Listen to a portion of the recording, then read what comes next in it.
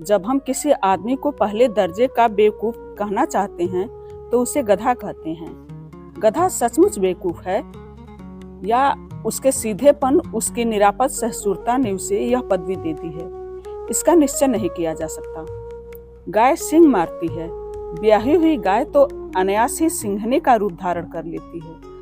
कुत्ता भी बहुत गरीब जानवर है, लेकिन कभी कभी उसे क्रोध आ ही जाता है, किंतु गधे को कभी क्रोध करते नहीं सुना, ना देखा। जितना चाहो गरीब को मारो, चाहे जैसी खराब सड़ी हुई घास सामने डाल दो, उसके चेहरे पर कभी असंतोष की छाया भी नहीं दिखाई देती। बैसाख में चाहे एकाध बार कुलेल कर लेता है, पर हमने तो कभी उसे खुश होते नहीं देखा। उसके चेहरे पर कोई विषाद अस्थायी रूप से छाया रहता है। सुख दुख हानि लाभ किसी भी दशा में उसे बदलते नहीं देखा। ऋषियों मुनियों के जितने गुण हैं वे सभी उसमें पराकाष्ठा को पहुंच गए हैं, पर आदमी उसे बेवकूफ कहता है। सद्गुणों का इतना अनादर, कदाचित सीधापन संसार के लिए उपयुक्त नहीं है। लेकिन गधे का एक छोटा भाई और भी है जो उससे कम ही गधा है, और वह है बैल। झूरे के पास 2 बैल थे, हीरा और मोती, देखने में सुंदर, काम में चौकस, डोल में ऊंची। बहुत दिनों साथ रहते रहते दोनों में भाईचारा हो गया था। दोनों आमने सामने या आसपास बैठे हुए एक दूसरे से मूक भाषा में विचार विनिमय किया करते थे। एक दूसरे की मन की बात को कैसे समझा जाता है हम कह नहीं सकते। अवश्य उनमें कोई ऐसी गुप्त शक्ति थी जिससे जीवों में श्रेष्ठता का दावा करने वाला मनुष्य वंचित है। दोनों एक दूसरे को चाट कर सूंघ कर अपना प्रेम प्रकट करते। कभी कभी दोनों सिंग भी मिला लिया करते थे, विग्रह के नाते से नहीं, केवल विनोद के भाव से, आत्मीयता के भाव से। जैसे दोनों में घनिष्ठता होते ही धौल धप होने लगता है। इसके बिना दोस्ती कुछ फुसफुसी, कुछ हल्की सी रहती है, फिर ज्यादा विश्वास नहीं किया जा सकता। जिस वक्त ये दोनों बैल हल या गाड़ी में जोत दिए जाते और गर्दन हिला हिला कर चलते, उस समय हर एक की चेष्टा होती कि ज्यादा से ज्यादा बोझ मेरी ही गर्दन पर रहे। दिन भर के बाद दोपहर या संध्या को दोनों खुलते ही एक दूसरे को चाट चूट कर अपनी थकान मिटा लिया करते थे। नाद में खली भूसा पड़ जाने के बाद दोनों साथ उठते, साथ नाद में मुंह डालते और साथ ही बैठते थे। एक मुंह हटा लेता तो दूसरा भी हटा लेता था। संयोग की बात, झूरी ने एक बार गोई को ससुराल भेज दिया। बैलों को क्या मालूम वे कहाँ भेजे जा रहे हैं। समझे मालिक ने हमें बेच दिया। अपना यूं बेचा जाना उन्हें अच्छा लगा या बुरा कौन जाने, पर झूरी के साले गया को घर तक गोई ले जाने में दांतों पसीना आ गया। पीछे से हाँकता तो दोनों दाएं बाएं भागते, पगहिया पकड़कर आगे से खींचता तो दोनों पीछे की ओर जोर लगाते, मारता तो दोनों सींगे नीचे करके हुंकारते। अगर ईश्वर ने उन्हें वाड़ी दी होती तो झूरी से पूछते, तुम हम गरीबों को क्यों निकाल रहे हो? हमने तो तुम्हारी सेवा करने में कोई कसर नहीं उठा रखी। अगर इतनी मेहनत से काम न चलता था तो और काम ले लेते। हमें तो तुम्हारी चाकरी में मर जाना कबूल था। हमने कभी दाने चारे की भी शिकायत नहीं की। तुमने जो कुछ खिलाया वह सिर झुकाकर खा लिया, फिर तुमने हमें इस जालिम के हाथों क्यों बेच दिया? संध्या समय दोनों बैल अपने नए स्थान पर पहुंचे। दिन भर के भूखे थे, लेकिन जब नाद में लगाए गए तो एक ने भी उसमें मुंह नहीं डाला। दिल भारी हो रहा था। जिसे उन्होंने अपना घर समझ रखा था वह आज उनसे छूट गया। यह नया घर, नया गांव, नए आदमी उन्हें बेगाने से लगते थे। दोनों ने अपनी मूक भाषा में सलाह की, एक दूसरे को कनखियों से देखा और लेट गए। जब गांव में सोता पड़ गया तो दोनों ने जोर मारकर पगहा तोड़ा डाला और घर की तरफ चले। पगहे बहुत मजबूत थे, अनुमान न हो सकता था कि कोई बैल उन्हें तोड़ सकेगा, पर इन दोनों में इस समय दूनी शक्ति आ गई थी। झूरी प्रातःकाल सोकर उठा तो देखा कि दोनों बैल चरनी पर खड़े हैं। दोनों की गर्दनों में आधा आधा गरा लटक रहा था, घुटने तक पांव कीचड़ से भरे हैं और दोनों की आंखों में विद्रोहमय स्नेह झलक रहा है। झूरी बैलों को देखकर स्नेह से गदगद हो गया, दौड़कर उन्हें गले लगा लिया। प्रेमालिंगर और चुंबन का यह दृश्य बड़ा ही मनोहर था। घर और गांव के लड़के जमा हो गए और तालियां बजा बजाकर उनका स्वागत करने लगे।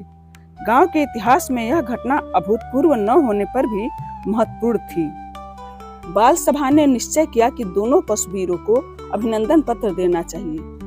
कोई अपने घर से रोटियां लाया, कोई गुड़, कोई चोकर, कोई भूसी।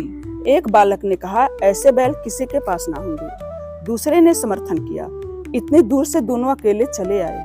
तीसरा बोला, बैल नहीं है, वे उस जन्म के आदमी हैं। इसका प्रतिवाद करने का किसी को साहस नहीं हुआ। झूरी की स्त्री ने बैलों को द्वार पर देखा तो जल उठी। बोली, कैसे नमक हराम बैल है कि एक दिन वहां काम न किया गया, भाग खड़ी हुई। झूरी अपने बैलों पर यह आक्षेप ना सुन सका। नमक हराम क्यों है? चारा दाना न दिया होगा तो क्या करती? स्त्री ने रूप के साथ कहा, बस तुम्हें तो बैलों को खिलाना जानते हो और तो सभी पानी पिला पिला कर रखते हो। झूरी ने चिढ़ाया, चारा मिलता तो क्यों भागते? स्त्री चिढ़ गई। भागे इसीलिए कि वे लोग तुम जैसे बुद्धुओं की तरह बैल को सहलाते नहीं, खिलाते हैं तो रगड़ कर जोतते भी हैं। ये दोनों ठहरे कामचोर भाग निकले। अब देखो कहाँ से खली और चोकर मिलता है। सूखे भूसे के सिवा कुछ न दूंगी, खाए चाहे मरे। वही हुआ। मजूर को बड़ी ताकीद दी गई कि बैल को खाली सूखा भूसा दिया जाए। बैलों ने नाद में मुंह डाला तो फीका फीका, ना कोई चिकनाहट ना कोई रस, क्या खाएं? आशा भरी आंखों से द्वार की ओर ताकने लगे। झूरी ने मजूर से कहा, थोड़ी सी खली क्यों नहीं डाल देता बे? मालकिन मुझे मार ही डालेंगे। चुरा कर डाला? ना दादा, पीछे से तुम भी उन्हीं की सी कहोगे। दूसरे दिन झूरी का साला फिर आया और बैलों को ले चला। अब की उसने दोनों को गाड़ी में जूता। 2-4 बार मोती ने गाड़ी को खाई में गिराना चाहा, पर हीरा ने संभाल लिया। वह ज्यादा सहनशील था। संध्या के समय घर पहुंचकर उसने दोनों को मोटी रस्सियों से बांधा और कल की शरारत का मजा चखाया। फिर वही सूखा भूसा डाल दिया। अपने दोनों बैलों को खली चुनी, सब कुछ दी। दोनों बैलों का ऐसा अपमान कभी न हुआ था। झूरी उन्हें फूल की छड़ी से भी न छूता था। उसके टिटकार पर दोनों उड़ने लगते थे। यहाँ मार पड़ी। आहत सम्मान की व्यथा तो थी ही, उस पर मिला सूखा भूसा। नाद की तरफ आंख तक न उठाई। दूसरे दिन गया ने दोनों बैलों को हल में जूता, पर इन दोनों बैलों ने जैसे पांव ना उठाने की कसम खा ली थी। वह मारते मारते थक गया, पर दोनों ने पांव ना उठाया। एक बार जब उस निर्दयी ने हीरा की नाक पर खूब डंडे जमाए तो मोती का गुस्सा काबू से बाहर हो गया। हल लेकर भागा। हल, रस्सी, जुआ, जोत सब कुछ टूट टाट कर बराबर हो गया। गले में बड़ी बड़ी रस्सियां ना होती तो दोनों पकड़ाई में ना आते। हीरा ने मूक भाषा में कहा, भागना व्यर्थ है। मोती ने उत्तर दिया, तुम्हारी तो इसने आज जान ही ले ली थी, अब की बड़ी मार पड़ेगी। पड़ने दो, बैल का जन्म लिया है तो मार से कहाँ तक बचेंगे। गया 2 आदमियों के साथ दौड़ा आ रहा है, दोनों के हाथों में लाठियां हैं। मोती बोला, कहो तो दिखा दूं मजा, मैं भी लाठी लेकर आ रहा है। हीरा ने समझाया, नहीं भाई, खड़े हो जाओ, मुझे मारेगा तो मैं 1-2 को गिरा दूंगा। नहीं, हमारी जात का यह धर्म नहीं है। मोती दिल में ऐंठ कर रह गया। गया आ पहुंचा और दोनों को पकड़ कर ले चला। कुशल हुई कि उसने इस वक्त मारपीट ना की, नहीं तो मोती पलट पड़ता। उसके तेवर देख गया और उसके सहायक समझ गए कि इस वक्त टाल जाना ही भलमनसाहत है।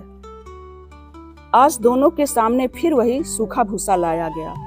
दोनों चुपचाप खड़े रहे। घर में लोग भोजन करने लगे। उस वक्त छोटी सी लड़की 2 रोटियां लेकर निकली और दोनों के मुंह में देकर चली गई। उस एक रोटी से इनकी भूख क्या शांत होती, पर दोनों के हृदय को मानो भोजन मिल गया। यहाँ भी किसी सज्जन का वास है। लड़की भैरव की थी। उसकी माँ मर चुकी थी। सौतेली माँ उसे मारती रहती थी, इसीलिए इन बैलों से एक प्रकार की आत्मीयता हो गई थी। दोनों दिन भर जाते, डंडे खाते, अड़ते, शाम को आने पर बांध दिए जाते और रात को वही बालिका उन्हें 2 रोटियां खिला जाती। प्रेम के इस प्रसाद की यह बरकत थी कि 2-2 गाल सूखा भूसा खाकर भी दोनों दुर्बल ना होती थी, मगर दोनों की आंखों में रोम रोम में विद्रोह भरा हुआ था। इस कहानी का शेष हिस्सा अगले वीडियो में। धन्यवाद।